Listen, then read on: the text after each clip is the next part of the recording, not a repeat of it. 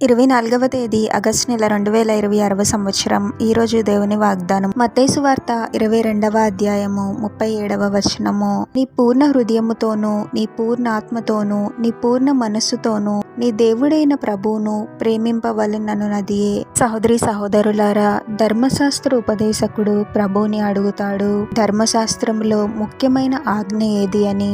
అప్పుడు ప్రభు పలికిన మాట ఇది: నీ పూర్ణ హృదయముతోనూ నీ పూర్ణ ఆత్మతోనూ నీ పూర్ణ మనసుతోనూ నీ దేవుడైన ప్రభువుని ప్రేమించాలి.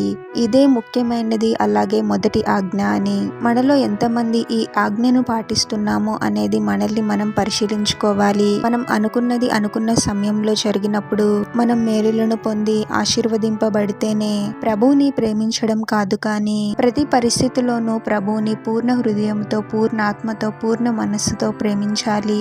ప్రభు మనల్ని ఎప్పుడూ ఒకేలా ప్రేమిస్తూ ఉన్నాడు, కానీ మనము మాత్రము మేలులు జరిగినప్పుడు ఒకలాగా, జరగనప్పుడు ఒకలాగా ప్రేమిస్తూ ఉంటాము. అలా ఉండకూడదు, కానీ ప్రతి పరిస్థితిలోనూ ప్రభువుని ప్రేమించగలగాలి. మన హృదయాలను ప్రభువునకు అంకితం చేయాలి. మన జీవితాలలో ప్రభువు ఒక భాగం మాత్రమే అని కాకుండా మన జీవితం మొత్తము ప్రభువునకు సమర్పిస్తూ ప్రభు కోసము మనము జీవించగలగాలి. ఎటువంటి శ్రమ పోరాటము కలిగినా ప్రతి పరిస్థితిలోనూ పూర్ణ హృదయంతో పూర్ణ ఆత్మతో పూర్ణ మనసుతో ప్రేమించినప్పుడే నిజమైన విశ్వాసులముగా మనము పిలువబడతాము. ప్రార్థన.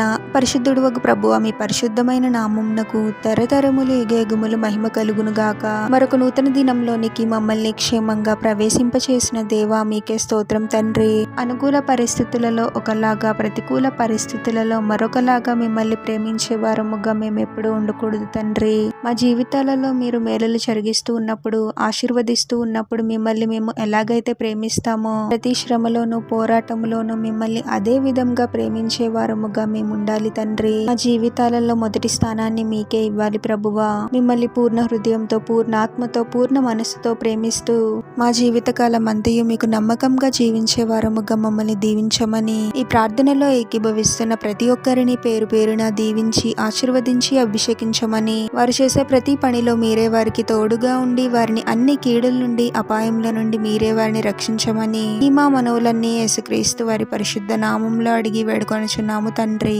ఆమెన్.